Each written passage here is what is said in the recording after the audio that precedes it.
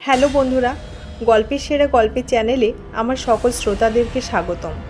আবারও আমি আপনাদের সামনে একটি বাছাই করা ভূতের গল্প নিয়ে এসে হাজির হয়েছি। আশা করি আমার এই গল্পটি আপনাদের খুব ভালো লাগবে। যদি গল্পটি ভালো লাগে তাহলে অবশ্যই আমার এই চ্যানেলটিকে লাইক এবং সাবস্ক্রাইব করে দেবে। আজকে আমি আপনাদের শোনাবো গল্প প্রতিশোধের পিশাচ। কলকাতার উত্তর দিকের এক ছোট্ট শহরে বর্ধমানের কোণে অবস্থিত হুগলি নদীর ধারে গড়ে উঠেছে রায়পুর গ্রাম। নদীর বুকে ধোঁয়াটে জলের স্রোত আর দুপারের ধান ক্ষেতের সবুজের মধ্যে গ্রামটা যেন একটা ছোট্ট স্বর্গ।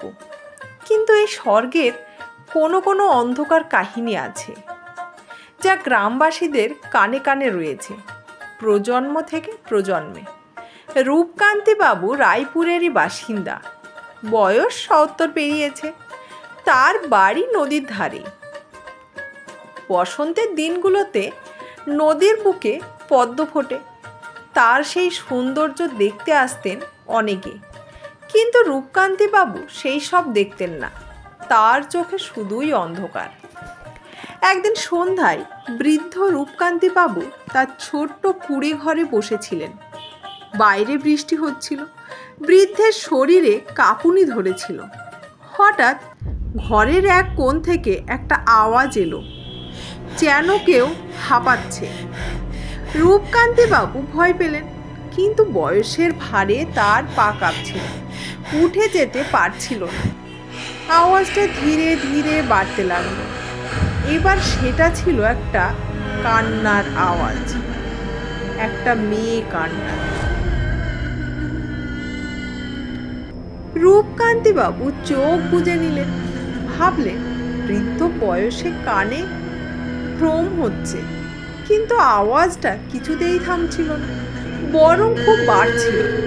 এবার সেটা ছিল একটা চিৎকার, একটা ভয়াবহ চিৎকার।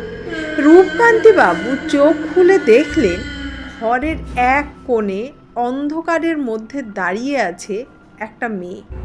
সেই মেয়েটা কালো কাপড় পরেছিল। তার চেহারা দেখা যাচ্ছিল না, শুধু দুটো লাল চোখ জ্বলজ্বল করছিল। মেয়েটি ধীরে ধীরে রূপকান্তি বাবুর দিকে এগোতে লাগলো। তার পায়ে জোর আসছিল না। বৃদ্ধ ভয়ের সাগরে ডুবে যাচ্ছিলেন। মেয়েটি তার কাছে এসে দাঁড়ালো। তার মুখ এখনো দেখা যাচ্ছিল না, কিন্তু মেয়েটির হাত ছুঁয়ে গেল রূপকান্তি বাবুর গলা। হাতটা হিম শীতল ছিল। হঠাৎ বাইরে একটা বিজলি চমকাল। ঘরটা আলোকিত হল। রূপকান্তি বাবু চোখ তুলে দেখলেন, তার সামনে আর কেউ নেই, শুধু নিজের কাপা হাত আর ঘরের চার দেওয়াল। রূপকান্তি বাবু নিঃশ্বাস ফেললেন এবং ভাবলেন, স্বপ্ন দেখেছেন। কিন্তু তার গালে এখনো সেই হিম শীতল স্পর্শের অনুভূতি ছিল। সেই রাত থেকে রূপকান্তি বাবুর জীবন বদলে গেল। রাত হলেই তার ভয় হতো, সেই মেয়েটিকে দেখার ভয়। কিন্তু সেই মেয়েটি আবারও ফিরে এলো। এক রাতে সে একইভাবে, শুধু এবার সে একটু কাছে এসেছিল। গ্রামবাসীরা রূপকান্তি বাবুর অবস্থা দেখে ভয় পেতে শুরু করলো। কেউ কেউ বলল, নদীর গভীরে কোনো পুরনো অভিশাপ আছে। সেই অভিশাপ রূপকান্তি বাবুকে ধরেছে। দিনের বেলায় রূপকান্তি বাবু স্বাভাবিক মানুষের মতোই আচরণ করত, কিন্তু রাতের অন্ধকার নামলেই তার মনে ভয়ের ছায়া পড়ত। গ্রামের লোকেরা তাকে একা থাকতে নিষেধ করলো, কিন্তু রূপকান্তি বাবু কারো কথাই শুনলেন না। তার মনে একটা অদ্ভুত আকর্ষণ কাজ করছিল। সেই আকর্ষণ তাকে রাতের অন্ধকারের দিকে টেনে নিয়ে যাচ্ছিল। এক রাত, বৃষ্টির রাত, রূপকান্তিবাবুর ঘরের জানালায় বৃষ্টিপাতের ধুন্দুবির শব্দ। ঘরের ভিতর অন্ধকার। হঠাৎ একটা আধারের পর্দা ঘরের ভিতর ঢুকলো। সেই আধারের পর্দার মধ্য হতে ধীরে ধীরে একটা আকৃতি বের হলো। সেই আকৃতিটি ছিল সেই মেয়েটি, কিন্তু সে এবার একটু পরিবর্তিত। তার চোখগুলো আগের চেয়ে বড় হয়েছিল আর হাতগুলো লম্বা হয়েছিল। মেয়েটি ধীরে ধীরে রূপকান্তি বাবুর কাছে এগোতে লাগলো। রূপকান্তি বাবু ভীষণ ভয় পেয়েছিলেন, কিন্তু তার শরীর যেন পাথর হয়ে গিয়েছিল। মেয়েটি তার কাছে এসে দাঁড়ালো। তার মুখ এখনো দেখা যাচ্ছিল না, কিন্তু তার শ্বাস প্রশ্বাসের শব্দ রূপকান্তি বাবুর কানে বাজছিল। হঠাৎ একটা ভয়াবহ চিৎকার। সঙ্গে সঙ্গে রূপকান্তি বাবু চোখ খুলে দেখলেন তার সামনে কেউ নেই, শুধু ঘরের চার দেওয়াল। তার গায়ে একটা অদ্ভুত ঠান্ডা অনুভূতি ছিল। সেই রাত থেকে রূপকান্তি বাবু আর স্বাভাবিক হয়ে ওঠেনি। তিনি আর কথা বলতেন না, খেতেনও না, শুধু এক কোণে বসে থাকতেন। গ্রামবাসীরা ভীত হয়ে গিয়েছিল। কেউ কেউ বলতে শুরু করলো রূপকান্তি বাবুকে ভূতে ধরেছে। একদিন রাতের অন্ধকারে রূপকান্তি বাবুর বাড়ির থেকে একটা ভয়াবহ চিৎকার শোনা গেল। গ্রামবাসীরা দৌড়ে বাড়ির দিকে গেল। বাড়ির দরজা ভেঙে ভিতরে ঢুকলো। তারা দেখলো রূপকান্তি বাবু মারা গিয়েছেন। তার পাশে পড়ে আছে একটা ছবি। সেই ছবিটিতে একজন যুবক আর একজন মেয়েকে দেখা যাচ্ছিল। মেয়েটি সেই মেয়েটাই যাকে রূপকান্তি বাবু দেখেছিল। ছবির নিচে লেখা ছিল, তুমি আমাকে ভুলে যেতে পারবে, কিন্তু আমি তোমাকে কখনো ভুলব না। গ্রামবাসীরা ভয় আর আতঙ্কে ছটপট করতে লাগলো। কেউ জানতো না এই গল্পের শেষ কোথায়, শুধু জানতো রাতের অন্ধকারে এখনো সেই মেয়েটির হাসি শোনা যায়। রূপকান্তি বাবুর মৃত্যুর পর রায়পুর গ্রামের পরিবেশ ভয়াবহ হয়ে উঠল। রাতের অন্ধকারে অদ্ভুত সব আওয়াজ, অস্বাভাবিক ঘটনা, সব কিছুই যেন গ্রামবাসীদের জীবনকে অচেনা করে তুলল।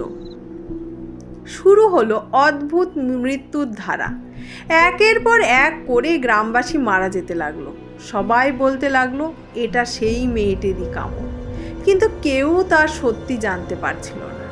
গ্রামের এক যুবক অভিষেক এই রহস্যের জট খোলার চেষ্টা করতে লাগলো। সেই রাতের পর রাত জেগে থাকতো, গ্রামের প্রতিটি কোণে ঘুরে বেড়াতো। সে জানতে চাইতো কে মেয়েটি, কেন এত মানুষের প্রাণ নিচ্ছে সে। এক রাত অভিষেক নদীর ধারে গেল। সে ভাবলো হয়তো এই রহস্যের কোনো কুল পাওয়া যাবে এই নদী থেকে। সে নদীতে নামলো, জলের গভীরে তাকাল। হঠাৎ তার চোখে পড়লো একটা জিনিস, নদীর তলদেশে একটা পুরনো বাক্স। অভিষেক বাক্সটি তুলে আনলো। বাক্স খুলে দেখলো ভিতরে একটা পুরনো ডায়েরি। ডায়েরিটিতে লেখা ছিল একজন মেয়ের কাহিনী। মেয়েটির নাম ছিল রাধা। সে রায়পুরেরই বাসিন্দা। এক সময় সে রূপকান্তি বাবুকে ভালোবেসেছিল, কিন্তু রূপকান্তি বাবু তাকে ঠকিয়ে অন্য মেয়েকে বিয়ে করে। সেই আঘাতে রাধা পাগল হয়ে যায়। একদিন সে নদীতে ডুবে মারা যায়, কিন্তু তার আত্মা নদীর তলায় বন্দী হয়ে যায়। ডায়েরিতে আরও লেখা ছিল রাধা প্রতিশোধ নিতে চায়। সে চায় যারা তাকে কষ্ট দিয়েছে তাদের সবাইকে শাস্তি দিতে, আর সেই কাজটাই এখন করছে। অভিষেক বুঝতে পারল রাধার আত্মাকে শান্তি দিতে হবে। সে নদীতে নেমে গেল। সে ডুবতে শুরু করলো, ডুবতে থাকলো। নদীর গভীরতম স্থানে পৌঁছে সে রাধার আত্মাকে ডাকল। রাধার আত্মা তার ডাকে সাড়া দিল। সে অভিষেকের কাছে এলো। অভিষেক তাকে শান্ত করার চেষ্টা করলো। সে বলল, রাধা, তোমার প্রতিশোধ হয়ে গেছে, এবার তুমি শান্তিতে যাও। রাধার আত্মা ধীরে ধীরে শান্ত হতে লাগলো। তারপর সে হাসলো, একটা মৃদু হাসি। তারপর সে অদৃশ্য হয়ে গেল। সেই রাত থেকে রায়পুর গ্রামে শান্তি ফিরে আসলো, আর কখনোই সেই মেয়েটির ভয় দেখা গেল না। অভিষেকের সাহস আর মানবিকতার জয় হলো। ধন্যবাদ। গল্পটি এখানেই শেষ হলো।